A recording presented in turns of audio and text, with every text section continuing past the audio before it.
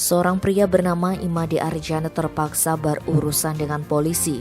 Pasalnya oknum karyawan salah satu perusahaan daerah air minum melakukan penipuan.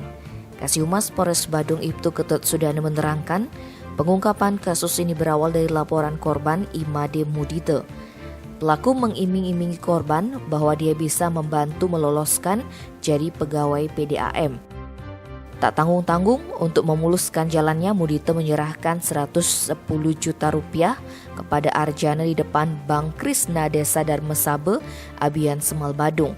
Namun setahun berlalu, karena tak ada kejelasan, pria asal Banjar Bersih Desa Darmesabe Abian Semal tersebut melapor ke Polsek Abian Semal Rabu 27 Oktober bahwa dirinya ditipu. Setelah melakukan penyelidikan, tim Reskrim Polsek Abian Semal meringkus pelaku di rumahnya di Banjar Dinas Semingan, Desa Petiga, Marga Tabanan. Saat diinterogasi, pelaku mengakui telah menerima uang sebesar 110 juta rupiah. Arjana ternyata sudah menipu 4 korban lainnya.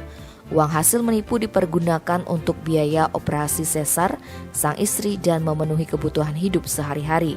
Akibat perbuatannya, pelaku diancam pidana paling lama 4 tahun. Tim Bali Express melaporkan.